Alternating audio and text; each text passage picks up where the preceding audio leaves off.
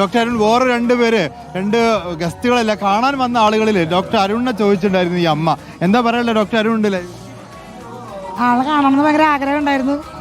ഞങ്ങളെന്നും കാണാറുണ്ട് ചാനൽ. കലോത്സവത്തിൽ കാണാറുണ്ട്. എനിക്ക് ഭയങ്കര ഇഷ്ടമാണ് ചാനല് ആളുടെ.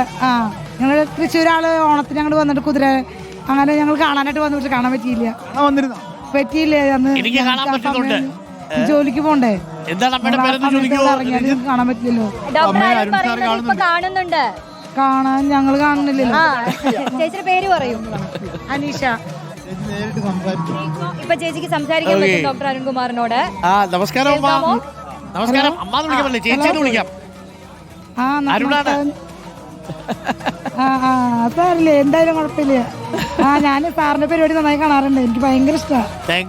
പിള്ളേരെ ചാനൽ എപ്പോഴും മാറ്റിക്കൊണ്ടിരിക്കും. പക്ഷെ എനിക്ക് ഈ ചാനൽ വാർത്ത ഭയങ്കര ഇഷ്ടമാണ്.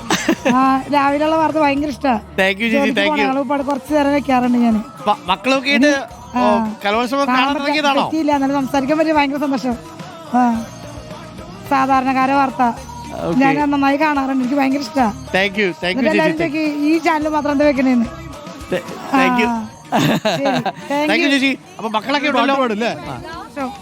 സൗണ്ട് കേട്ടല്ലേ ഭയങ്കര സന്തോഷം. എനിക്ക് കാണണം എന്നായിരുന്നു ആഗ്രഹം. കണ്ണൊക്കെ നിറയുന്നുണ്ട്.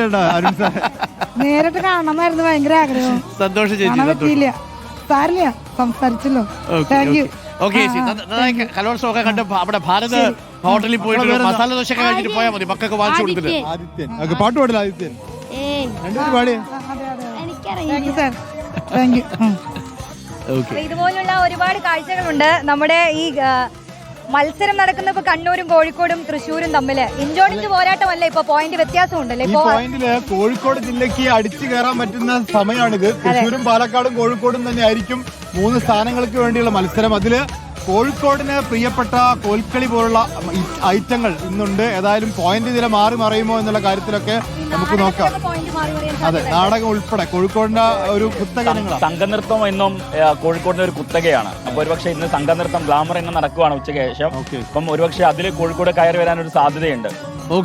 തീർച്ചയായിട്ടും ഇതാണ് ഡോക്ടർ അരുൺ. ഇവിടുത്തെ ഒരു പോയിന്റ് നിലയും കാര്യങ്ങളൊക്കെ വേദി ഉണർന്നു വരികയാണ്. നേരത്തെ ഡോക്ടർ അരുൺ പറഞ്ഞ പോലെ തന്നെ രാവിലെ കുറച്ചൊരു മന്ദതയുണ്ട്. വൈകിട്ടാവുമ്പോഴേക്കും ഇവിടുത്തെ കലോത്സവത്തിന്റെ വേദിയും ഇത് പൂരനഗരി അങ്ങും അതിന്റെ സ്വഭാവം തന്നെ മാറും. അപ്പൊ ഗംഭീരമായ കലകലക്കൻ പൂരം തൃശ്ശൂരിൽ പുരോഗമിക്കുകയാണ്. V S Ranjith, Jason Chavalappil, Roshni, Shahad, അങ്ങനെ നമ്മളുടെ റിപ്പോർട്ടർ വാർത്താ സംഘം തത്സമയ വിവരങ്ങളുമായി പ്രേക്ഷകർക്കൊപ്പം ചേരും.